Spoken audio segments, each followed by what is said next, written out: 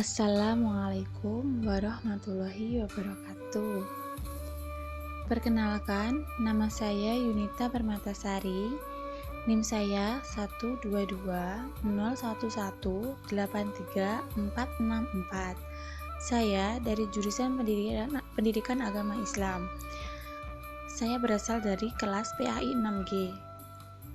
Saya adalah mahasiswa magang IAIN Tulungagung.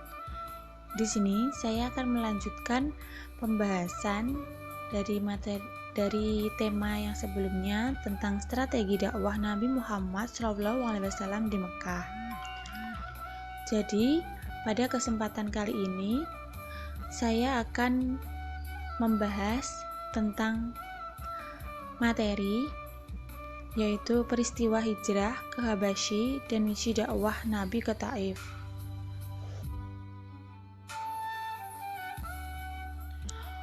Tujuan pembelajaran dari tema materi ini adalah setelah mengikuti proses pembelajaran dengan model pembelajaran discovery learning, siswa dapat mengimplementasikan atau menunjukkan sikap gigih dan sabar dalam mengajak kebaikan, mengidentifikasi peristiwa hijrah Habasyi dan misi dakwah Nabi ke Taif dengan benar.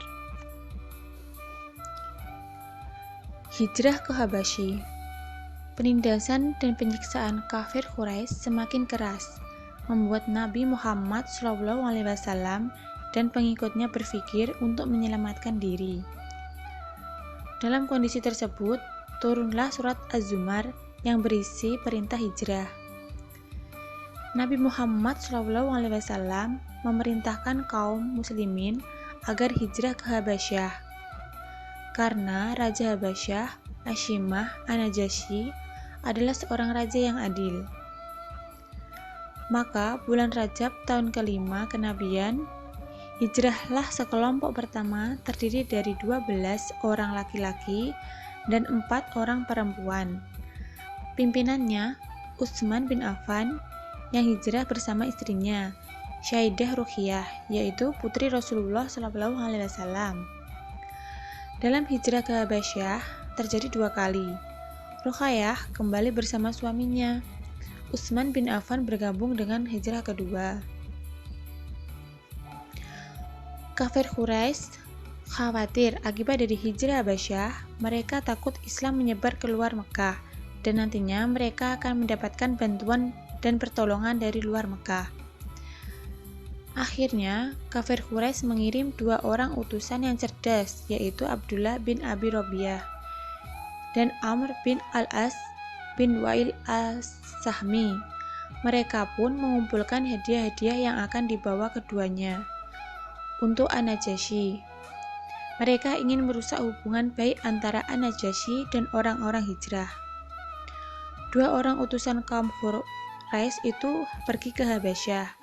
Mereka menyerahkan hadiah-hadiahnya kepada Raja Habasyah. Mereka meminta raja agar mengembalikan kepada mereka orang-orang yang meninggalkan agama mereka. Raja Habasyah menolak dan sikapnya bahwa semua orang yang ada di tempatnya akan berada dalam perlindungannya dengan aman. Kedua utusan kembali ke Mekah dengan tangan hampa dan memberitahu sikap Raja Habasyah. Materi selanjutnya yaitu tentang misi ke Taif. Pada tahun ke-10 kenabian, Nabi Muhammad SAW kehilangan 2 orang yang dicintai, yaitu Siti Khadijah dan Abu Thalib, pamannya. Setelah ditinggal keduanya, kafir Quraisy semakin berani mengganggu Nabi Muhammad SAW. Nabi Muhammad SAW pergi ke Taif untuk meminta bantuan serta perlindungan dari keluarganya yang berada di kota itu, yaitu Kina'ah yang bergelar Abu Jalail dan Mas'ud yang bergelar Abu Khuwaid, serta Habib. Mereka adalah para pembesar dan penguasa di Taif yang berasal dari keturunan Thaqif. Nabi Muhammad SAW berharap dakwahnya diterima oleh masyarakat Taif. Akan tetapi, harapan itu tidak menjadi kenyataan karena mereka tidak mau memberikan perlindungan dan bantuan apapun kepada Nabi Muhammad SAW. Materi selanjutnya yaitu tentang perjanjian Aqabah. Pada tahun ke-12 kenabian, bertepatan dengan tahun 621 Masehi, Nabi Muhammad SAW menemui rombongan haji dari Yathrib.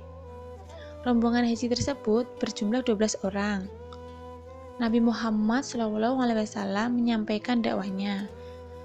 Dakwah Nabi mendapat sambutan yang baik sehingga mereka menyatakan keislamannya di hadapan Nabi Muhammad SAW.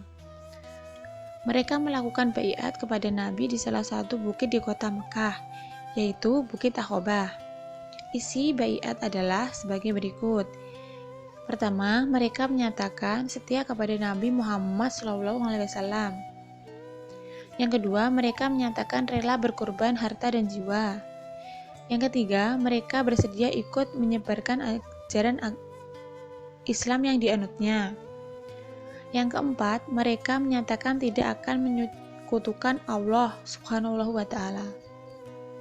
Yang kelima, mereka menyatakan tidak akan membunuh. Yang keenam, mereka menyatakan tidak akan melakukan kecurangan dan kedustaan. Pada tahun ke-12 kenabian, jamaah Yathrib datang ke Mekah untuk ibadah haji dan menemui Rasulullah SAW. Jamaah tersebut berjumlah 73 orang.